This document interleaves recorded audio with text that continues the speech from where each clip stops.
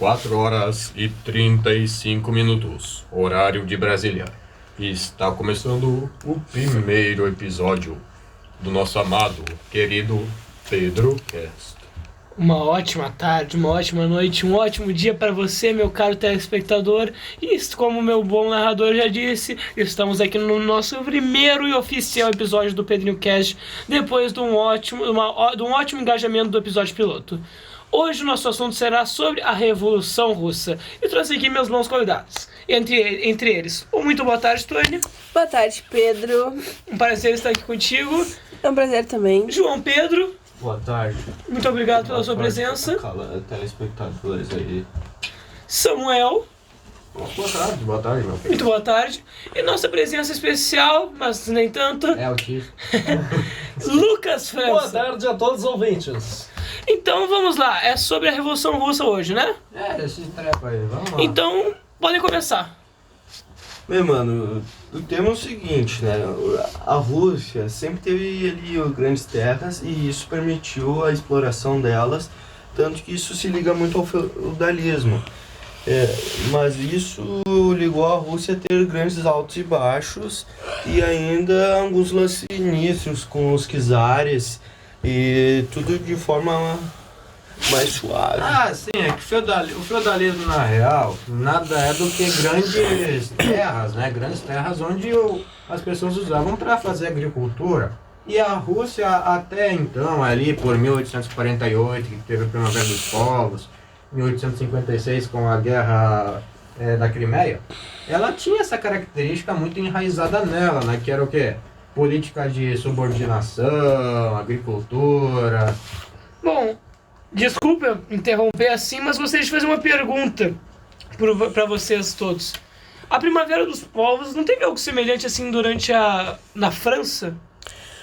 Teve com a Revolução Francesa, né? Só que, como acho que todos aqui concordam, a Revolução Francesa foi uma revolução feita pelos burgueses, né? E como o título, né, dessa revolução feita foi Primavera dos Povos, foi pela classe mais baixa, né? Pelos pobres, então... a Primavera dos Povos foi realmente quando as pessoas começaram a se rebelar contra o governo.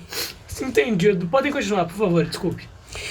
Continuando nessa linha de raciocínio aí do João Pedro, né, a gente sabe que muito lá na Idade Média, né, algo bem ultrapassado, na verdade, era quase que hediondo que todos os países da época tivessem esse sistema instalado, né, no seu país. E tudo isso, né, começou depois que o Império Romano, ele deu aquela brochada, deu aquela deteriorada, sabe? Chega pra todos, né? Exatamente. Daí o povo, assim, nem sabia mais o que tinha que fazer com os escravos e tudo aí virou uma bagunça.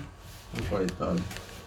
Mas a gente pode citar que o quê? O feudalismo também tá muito ligado com os impérios bárbaros independentes, né? Que surgiram depois daquela do Império Romano.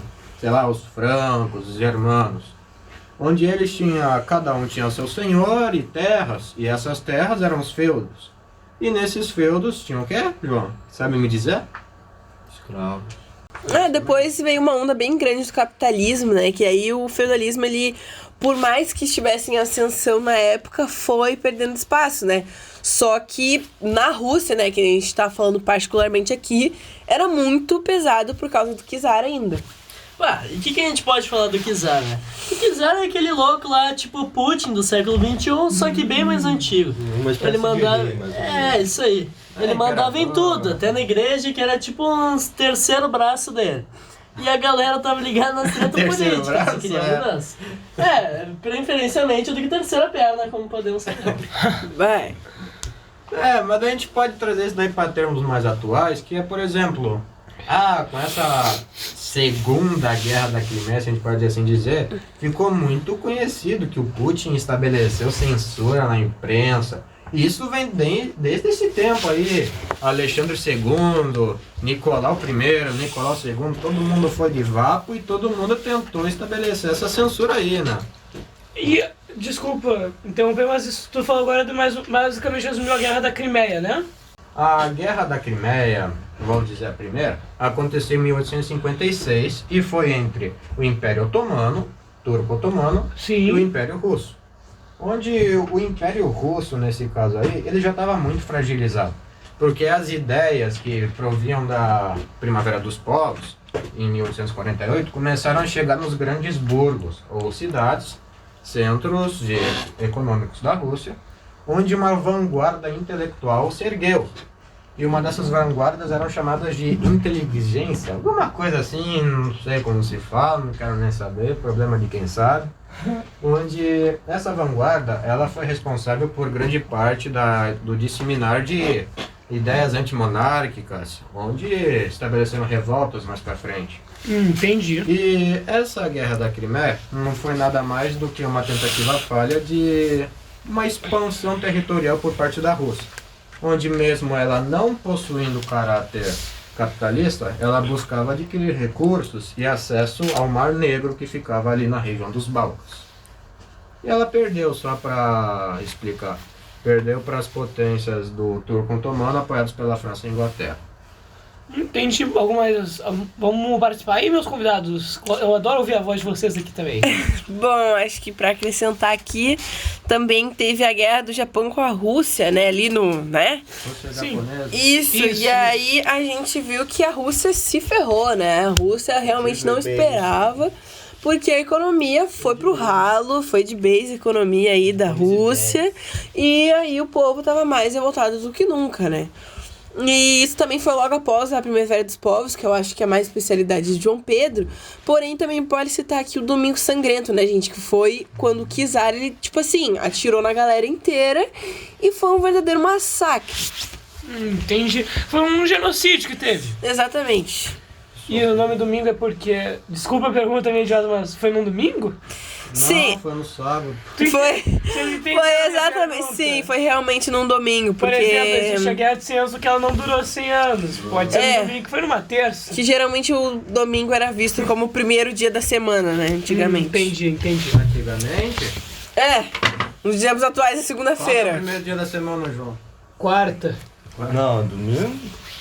Não, mas se agora me permitem, eu gostaria de dar ênfase um pouquinho na Primavera dos Povos, né? Teve lá na França, pai e tal, a Revolução Francesa, com ligação ali, né? Aí, lá na Rússia, nesse momento, os caras estavam pilhadaço. Estavam na Sangue nos pilhagem olhos. total, sangue nos olhos. Os caras estavam a fervor da vida. E surgiram uns grupos revolucionários lá, né? E esses caras, eles eram meio intelectual, eles tinham uns aspectos assim pra tentar entender novamente as coisas. As gravações já começaram? Sim, sim, a gente já tá gravando. Relaxa, praga. me dá mais 10 minutos que a gente vai acabar 4 aqui. horas e 46 Já minutos. foi o horário! Vamos continuar, vamos Calma, continuar. Jonathan. Bom, desculpa, meus telespectadores, ocorreu uns problemas técnicos, mas vamos continuar. Onde a gente estava mesmo? Vamos Aí, continuar. basicamente estava falando que naquele momento a Rússia estava... Das Primaveras do Povo lá, Sim, né? eles estavam pilhadaços, porque surgiu uns grupos revolucionários lá com novos ideais e tudo mais. Assim. Né, tipo, que eu tinha citado lá, os inteligências, sei lá, o nome dos caras, que esses daí não eram nada mais que vanguardas intelectuais que surgiram nesses centros, que era São Petersburgo e Moscou. Vale citar que São Petersburgo era o centro da Igreja Católica. Católica não, ortodoxa. Se alguém aqui é ortodoxo, me perdoe. Tá, e aí? Daí basicamente, como esses centros, com a modernização que estava ocorrendo na Rússia, estavam realizando várias trocas para as nações europeias, eles acabaram recebendo, vamos assim dizer, várias ideias que vinham assim das revoluções, revoltas, ideias que vinham de toda a Europa. E daí surgiram as ideias antimonárquicas, anti-czaristas, coisa assim, coisa e tal. Pô, e daí o que aconteceu é que teve uns acordos aí, né? E a Rússia acabou saindo da guerra. Mas os brancos e os vermelhos, mais conhecidos como os mencheviques e Menino, bolcheviques. meu amigo, do que tu tá falando? Pô, a gente tá falando ali sobre esses dois grupos muito importantes para essa mas revolução. o que é esses grupos aí? Eu não peguei o contexto direito. Eu sabe? já explico mais, porque essa é a minha especialidade. Pode persegui-lo. E eles estavam esperando se degladiar em conflitos sinistros. Foi uma baita bagunça. Não, né? Falando aí do feudalismo, do czarismo, de toda essa revolução que foi abordada, né, pelos nossos pelos meus companheiros aqui, a gente pode falar que a Rússia tem uma história bem grande e vasta, né? E, tipo assim, cada acontecimento muito louco, tudo maluco, e que nem ele falou. Foi uma guerra, foi travada entre os brancos e os vermelhos, né? Foi uma treta que teve na Revolução Bolchevique.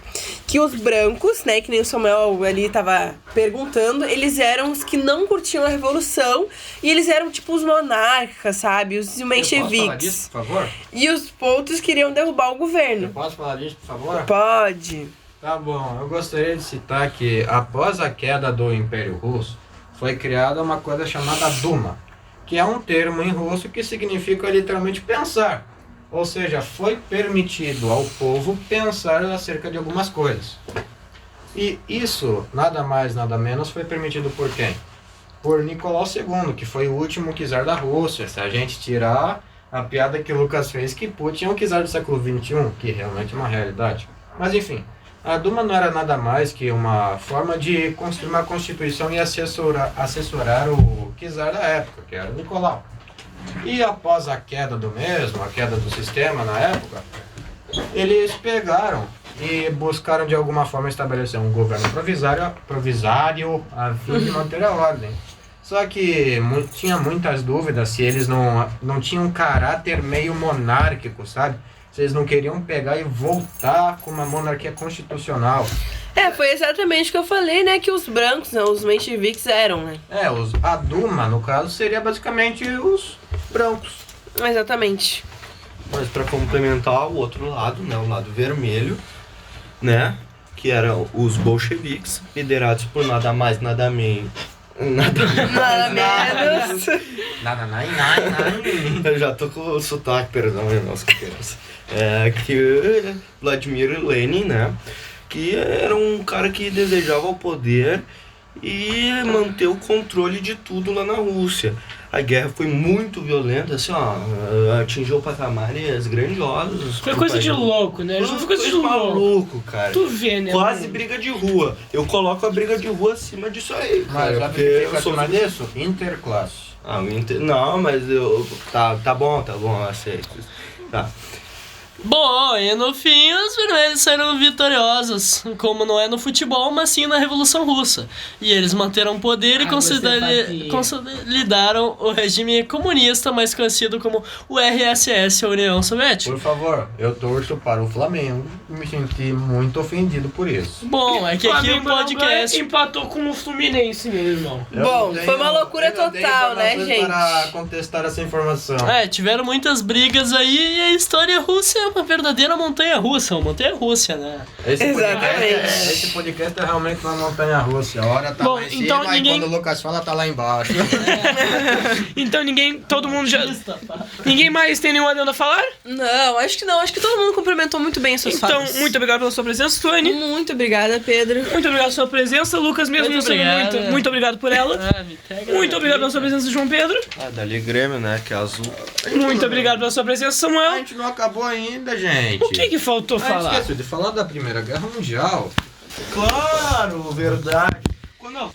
Claro, se me permite, perdão aí. Voltando ao assunto, desculpe, meus telespectadores, podem voltar, João e Samuel. A gente não... Eu fiquei até meio abalado agora. Vai, aí. Bem, pra Rússia sair da Primeira Guerra, né, ela teve umas tretas ali com a Inglaterra e com a França, que eram suas aliadas. Mas a gente pode citar, na verdade, que foi o Tratado de Brest-Litovsk, sei lá como se fala essa jossa aqui, que não foi nada mais que um tratado que a Rússia, ou, sei lá, a União Soviética, como que eles chamavam na época, estabeleceu com a Alemanha para conseguir sair da guerra. Onde uma das condições foi o quê? Eles tirarem suas terras, né? Perderem a terra, como a, sei lá, Polônia, Belarus, Crimeia, Letônia, Finlândia. Sei lá, um monte de nome aqui, né? Letônia e Lituânia, se não me engano. Tem também. mais nome que cartório aqui de território perdido. Claro. Mas... Eu acho que é esse o contexto, né, gente? Já explicou bem. Agora, vou perguntar uma última vez. Ninguém tem mais nada pra falar? Não, acho que dessa vez eu tenho certeza. Ninguém tem mais nada a cumprimentar. Então, de novo, tchau, Tony. Obrigado pela presença. Obrigada, tchau, Pedro. Lucas. Obrigado pela presença. Tchau, João. Obrigado pela presença. Obrigado. Tchau, Samuel. Muito obrigado pela presença. E um muito tchau a todos os meus telespectadores. Vamos até o próximo episódio de Pedrinho Cash. Já vai acabar. Vamos lá, então. Posso falar agora? À vontade, pode vir. 4 horas e 53 minutos.